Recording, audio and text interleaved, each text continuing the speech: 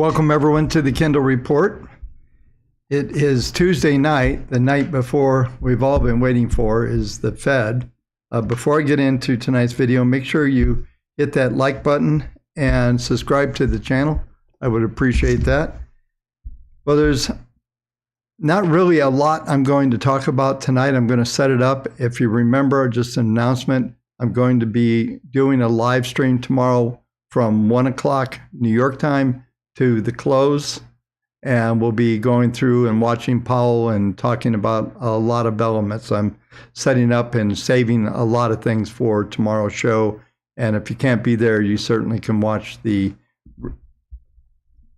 rebroadcast of that live stream.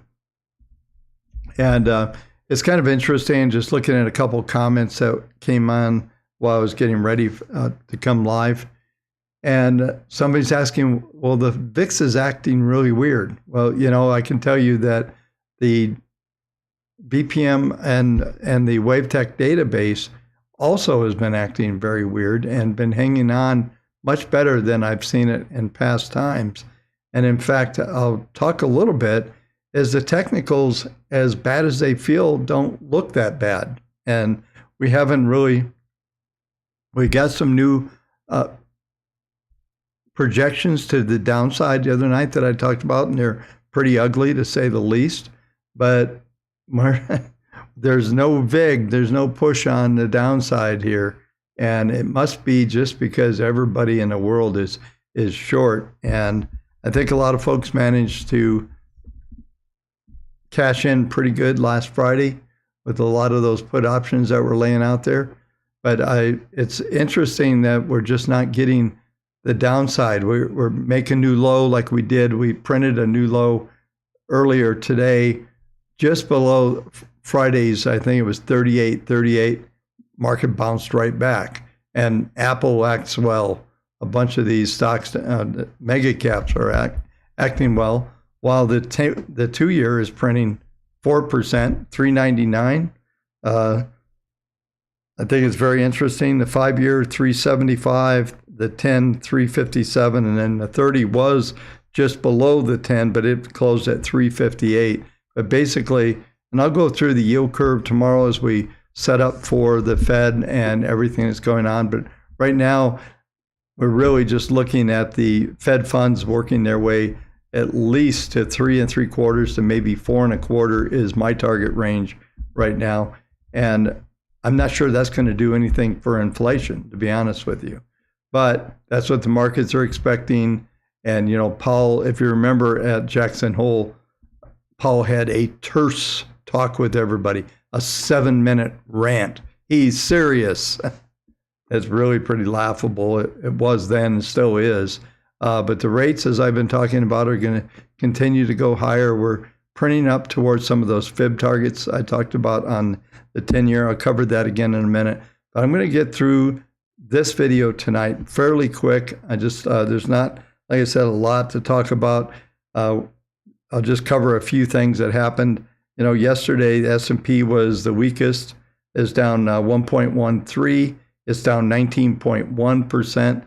And of course, we print down a little bit tomorrow. Everybody's going, we're in a bear market. Actually, we've been in a bear market, right? Just the fact that we print down 20% doesn't mean anything. The NASDAQ was down 0.95. It's down 27% for the year. And the Russell minus 1.4, down 20.4% on the year. And there's just, I mean, this is just one of the worst environments that I've seen. This, in a lot of ways, is much worse than it was in 2018 and Q4. Excuse me, my phone's talking to me, not sure why.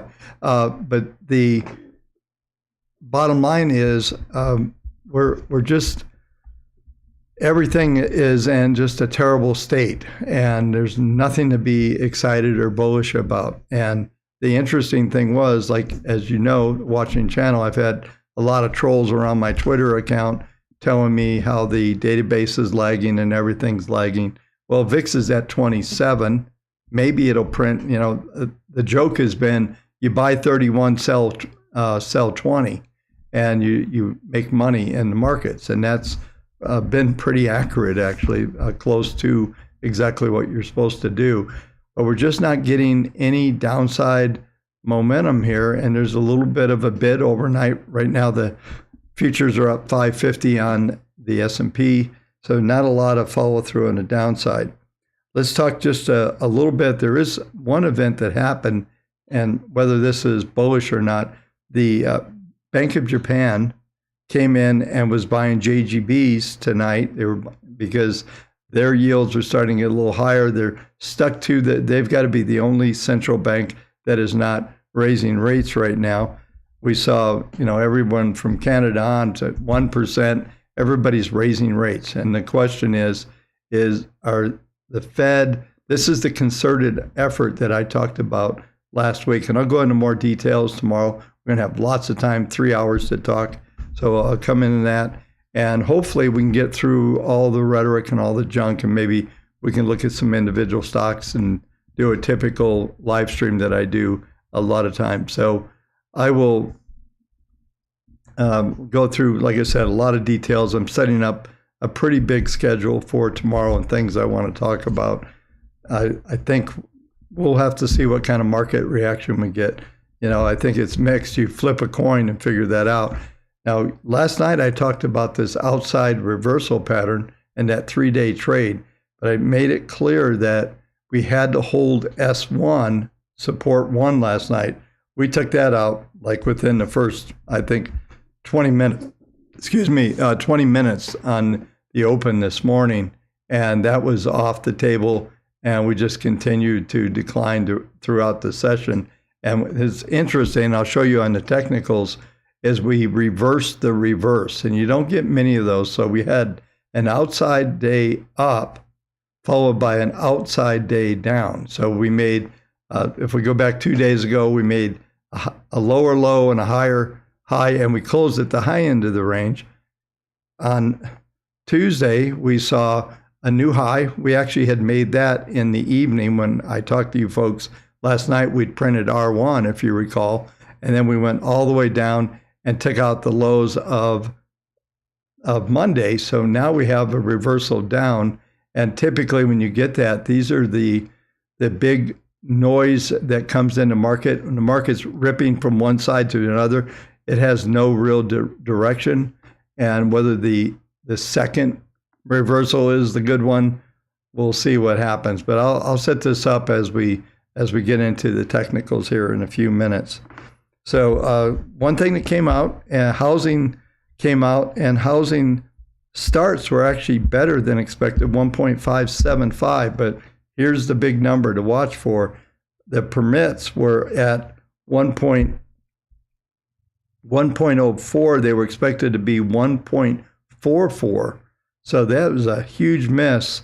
So no permits, no building. It looks like maybe starts will have a hard time maintaining some kind of robust move as we go forward. And I talked about this a little bit. Housing is going to continue to be big time in focus here, especially with interest rates printing up like they are, and just in general, the housing market coming apart. In Phoenix, Arizona, and if you recall, back in 2000, we'll say 7, 8, and 9, during the great financial crisis, the GFC, what we saw then was Phoenix, Las Vegas. Those were two super markets that blew up on a big time on the downside. They're kind of leading the way again right now. There's any of the big growth areas. Some of the areas in Texas are hanging on. I think Dallas is underwater pretty good. There's a bunch of markets that are starting to sink pretty quickly. And I don't see that changing much, especially since we're likely to see the yields stay up for a while. And so you wouldn't want to be a loan officer right now, because they're laying those guys off as fast as they can see them. Just looking at my notes. So basically, my comment I made in my notes was, housing's in a full-out collapse, and how far it goes and do prices blow up as bad as GFC, we'll have to see. I have a sense that maybe they won't be that bad. I won't go into a housing scenario tonight. I'll save that. So let's go ahead. It looks like I've got through all my notes. Let's go ahead and get into the database, get through tonight's stream just to get set up for the morning. And I'll see you folks midday tomorrow at 1 p.m. Eastern time for into the close. So we'll hang out tomorrow and hopefully have a lot of fun setting up some ideas on what's going on in the markets.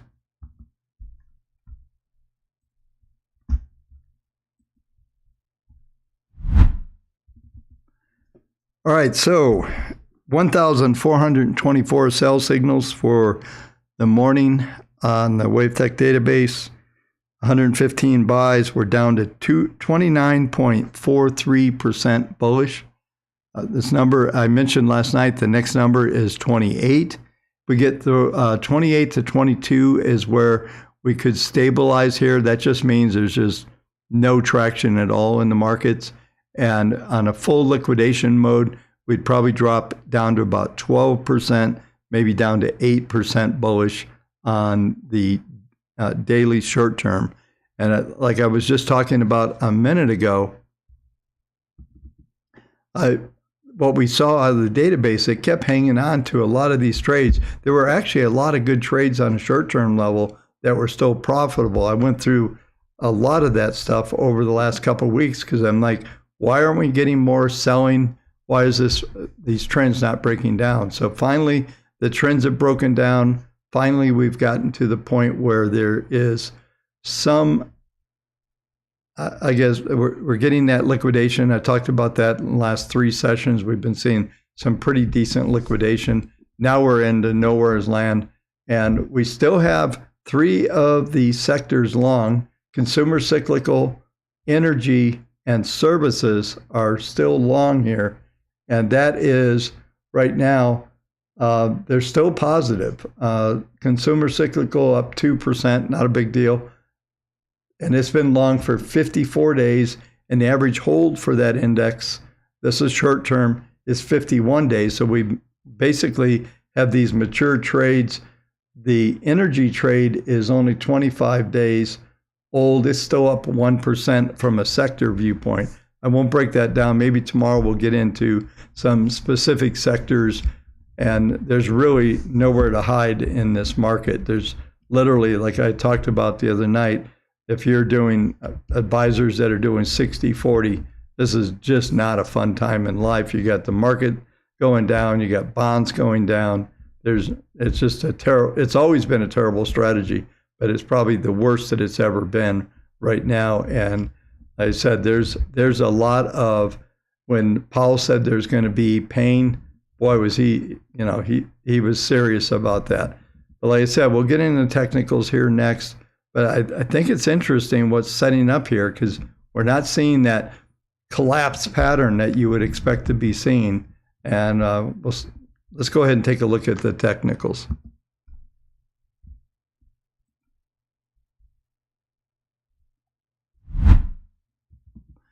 So we look at the S&P futures, and it's interesting because PPM2 is actually turning up. It's still negative 0.33, so it's in trend mode down. PPM2 is 0.30. I'm sorry, PPM1 is 0.30 minus, so it's in trend mode down. So we have a downward attack here. We do have our first Fibonacci target zone right now is 37.31. That's 140 points from here. And that's a pretty decent move, but we have some targets down below. I just think it's interesting that and like I said, I'll go through in more detail tomorrow, but I think it's interesting that we're seeing these PPMs turning up here. And, everybody is, man, they're negative down here in the hole. Maybe it's the right thing to do. I'm not bullish. I'm not interested in buying or selling here. If you were already short and you're writing this thing down, good for you. And that's an awesome trade going. But I'm not seeing, I'm sitting here with no position, looking to put a position on down here, long or short at the moment. So, but what's interesting is we have a mix where the PPM1 is actually cutting through, trying to break through its first, second derivative to the downside, while PPM2 is actually turning up through its second derivative and acting fairly well. And probably the more interesting one is down at the very bottom. The Wavetech 200 is actually trying to turn back up as well. So, that we're just seeing not the type of configuration that you would see if I were to turn the clock back and go back to 2018. There was a point in time where we were in full liquidation, full selling mode at one stage in 2018. We've never really gotten there during this. We've had a couple big days like we had on that Monday, and then the Friday 2 weeks before that. We've had some big days, but in general, the downside momentum hasn't built substantially in this decline where you get to, I guess, where there's an extreme and you start to talk about panic selling, those type of things. We just haven't seen that except for one or two areas here. So, like I said, I'm just going to touch on this stuff, set it up for tomorrow. Right now, if we look at the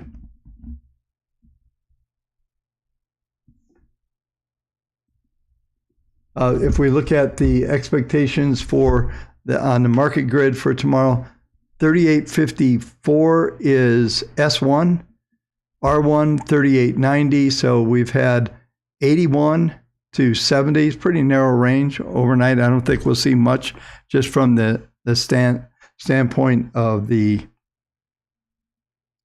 configuration. So if you just look at it from there, 3890, S1 3854, and about all I can tell you on a day like this coming into major noise with this reports that we have with the Fed coming out tomorrow is use the S1 R1 as a pivot. So if we take out 90, next level is 3910, and on the downside, if we take out 54, then we're at 35, and 3835 basically is a retest of yesterday's low, a little bit lower. We got to 38.43 on the futures yesterday.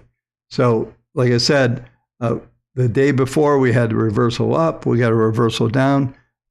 The chances is that really what we have is a consolidation to go on here for a little bit. It doesn't look to me right now that we're set up for a big collapse. We certainly could, but I don't see the collapse configuration here.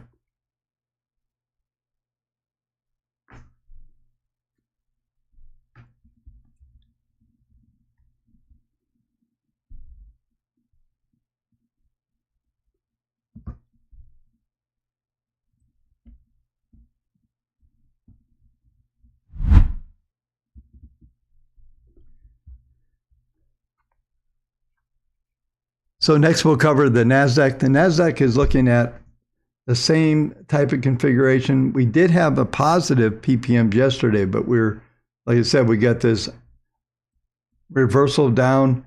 Now we're sitting here right now at up 1125. It's really a nothing trade, 0.9. And from a market grid standpoint, we have probably S1 is 11,865, R1 11,979. So we're trading within those parameters at the moment. And just look at a pivot. Make sure you mark down these numbers. That's where you're going to go. If you take out the S1 number, then you'll see some pretty significant spikes. I will cover tomorrow in the live stream. I will go through a lot of the other details here because we're going to have the opportunity to see how we're trading coming in to the news. And I'll talk about a trade that I often talk about, which is when the major news comes out where we get this spike trade. We'll see if we can set that up tomorrow. It should be such an anticipated event. It's going to be pretty exciting. And like I said, just a quick comment here is that it looks to me that the Fed is using some of these other central banks to kind of front run some of the negativity, which is already built into the market to a large degree. Let's go ahead and take a look at the Russell.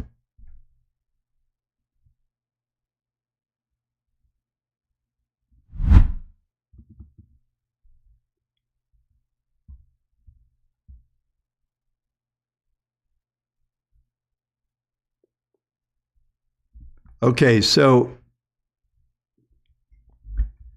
on the Russell, similar situation where we get the reversal down. Let me bring up the RTY. Sorry about that.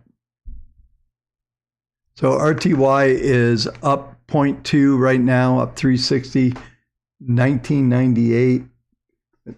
Like I said, we're just, there's such a mix here on the PPMs. There's no real strong direction, although just like all of the indexes are in, all the PPMs are in trend mode down. They have been for a while. We're at 0.21, minus 0.21, minus 0.33, and 0.07, which is flat, which is way up here. But what we're going to be watching tomorrow, we're not seeing the same type of configuration here on the Russell. Russell was down 1.4 yesterday. It was the weakest index there is out there. So really what you're coming into here is the support levels here from a market grid. So S1, 1770, 1784, the low's been 94, 1800 even is the high.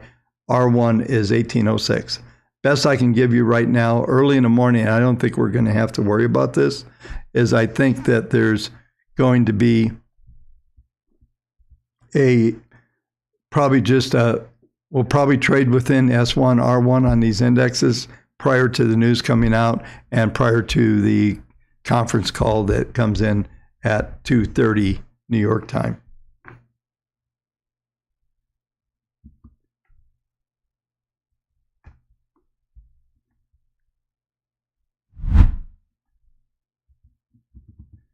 Next, we'll take a look at the treasuries.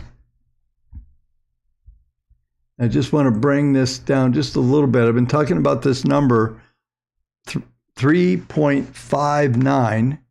Yesterday, prices hit 360. So it seems somewhat outrageous going back 3 weeks ago when I was mentioning when prices were at, the yields were at 3.06. Talking about 360 yield. 3 weeks later, here we are trading right into those fib target ranges. And right now we're looking at the upper target range here of 3.78.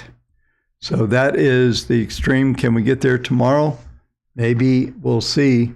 But all of the PPMs, these are big trend numbers.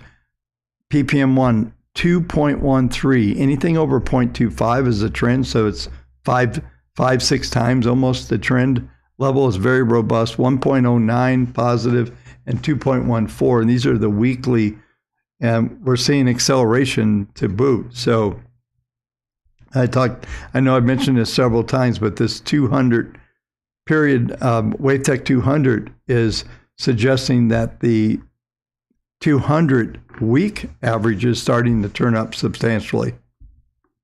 That means that we've got a long-term cycle coming here in interest rates for a while. And at some stage, by the way, I'll just come back here for a second. Some stage, by the way, what we're going to get here, in my opinion, is if rates do start to spike too high, especially if the long end rates, the 10, 30s, we start to get over on the back end over 4%. We start to see a steepener, but we start to see the yields start to go up on across the board. That's going to be devastating because at some stage what will come into play is the U.S. defaulting on their debt, that there's some major debt crisis going to come down. So there's a whole lot of scenarios, negative, that can be played out that ultimately, I'll go through some of these numbers tomorrow, but ultimately that could play out for these lower prices on the indexes. You know, I talked about, I think one of the numbers I mentioned the other night on the weekly on the S&P futures was like 2,800 roughly.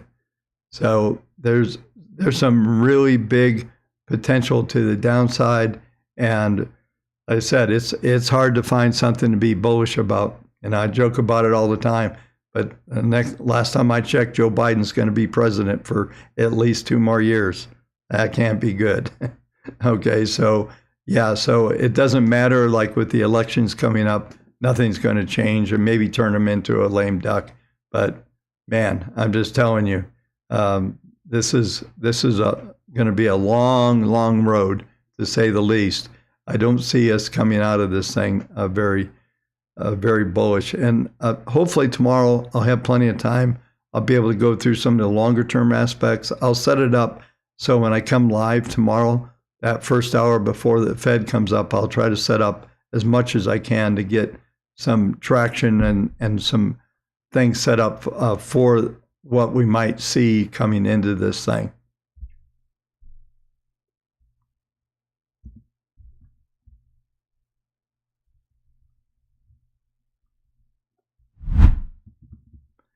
Next, crude oil. Crude oil is getting actually a little boring. I think we're just locked into sideways range. It's a broken record. 82, 89 is really the range you're going to stay in. We're sitting here at 83.91, down 3 cents. Just going to be stable. Looking at PPMs, they're all stable, although there is a substantial downtrend here on an intermediate basis with PPM 1 minus 1.08 and PPM 2 at minus 0.58. So there's plenty of overhead resistance here. And like I said, 89.5 is the ceiling for this market right now. I don't see it getting much above there, and I don't see it printing down below the, well, I don't see it printing into the 70 handle and not staying there for long if it did. So 80, 89, I'm going to stick with that for right now.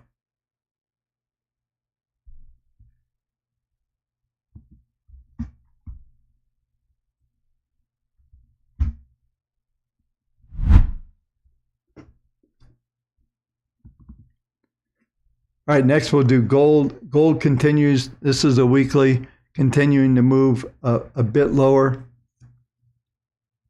The low so far is 1667. 1669 was S1 weekly, S2 1653. I've been arguing for a while that this gold should probably be down below the, we'll just say gold should probably be down at least down to this fib target 1 down here at 1620, and there's possibility of a 15 handle somewhere. Don't see anything positive here. I am not going to cover the Dow tonight, but I will be covering it tomorrow for sure. And that is, so I'll go through the Dow, looking at the yen, looking at a number of key currencies. And if you didn't catch it earlier, I mentioned that the BOJ is actually in there buying on schedule purchasing of JGBs. And so that's happening. And, you know, they're trying to support this thing. It's going to get very, very interesting.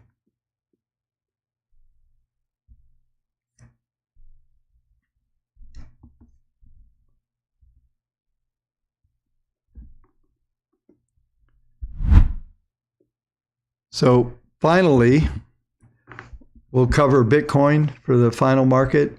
It's traded down below that number I've been harping about for days, the 18,635. We printed down to 18,278. And let me convert this chart over to a daily.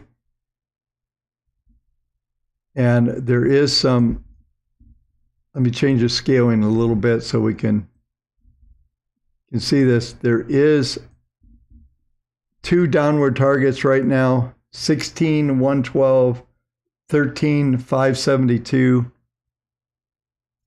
We did get a little bit of a reversal yesterday along with when the NASDAQ kind of bounced off of its extremes. But this is going to end up to be very, very critical. And if we close under that 18,665, let me get that exact number here. Here's on a daily basis, 18,555. We close under that. That's going to be very negative, suggesting that these targets on the downside are real. So 16/13 is going to be it. And yeah, it's going to get very, very crazy here, I think, with everything that's going on. Not only, and those of you, I'm not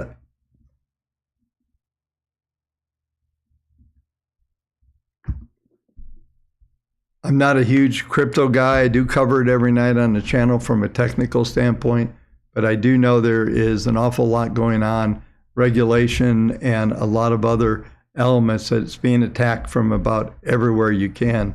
And I wish I could share a conversation I had earlier today, because this is the wrong venue for it. But I can tell you there's some, I didn't get a chance, I will before tomorrow. But if you listen to that speech from the UN that came out, that the Secretary General of the UN said today, I mean, these guys want to take over the entire planet. The WEF, the UN, they want to run everything. And I'm just going to touch on this. Maybe we'll get into a bit of a rant on that. But there's some scary stuff going on. And they're in New York, pounding on their chest right now, and I'm a bit concerned about some of the words that were being thrown around, and they're using the fear. And I'll just mention this one thing, and I'll talk about it tomorrow. But it's like we have to punish the polluters. So any of the fossil fuel guys need to be punished. They're making billions of dollars. So basically, really what they're saying is we need to take their money, because we can fix climate with money, and this will be no problem. We'll just put solar panels at everywhere and renewables and all this stuff. I made a side comment on Twitter the other day that somebody said, this bill is passed and they're going to put all these charging stations around for electric cars. I go, now all you need is the batteries, right? Because you can't make the batteries to charge, and you can't get the electricity to charge. Just ask the folks in California. So anyway, I'll get into plenty of rants tomorrow. I've got a lot on my mind, and I'm looking forward to tomorrow's live stream, 1 o'clock to 4 o'clock. So make sure you join, and we should be able to have a lot of fun. Okay, so the last thing I'm worried about here on anything is monetizing these videos. If YouTube doesn't pay very much, it's kind of a joke at the level that this channel is at. I appreciate everybody watching, but it's not. There's not a lot of revenues in this, folks. This is for customers, for you folks that are interested in following me, and I really appreciate it. Those of you that have been in the live rooms and around me in other venues, I really do appreciate everything you guys do. And I try to do my best all the time, in spite of I actually, like I tell you all the time, I love the trolls. So hopefully we can rouse the trolls up big time tomorrow. So I'll see you 1 o'clock to 4 o'clock. We'll hang out to the close. Hopefully we'll have some fun, and we'll figure out what's going on beyond the meeting that we're going to watch tomorrow. So have a great evening, everybody. Thank you for watching the channel. I really appreciate it. And I will talk to you at 1 o'clock Eastern time tomorrow. Thanks a lot. Talk to you then.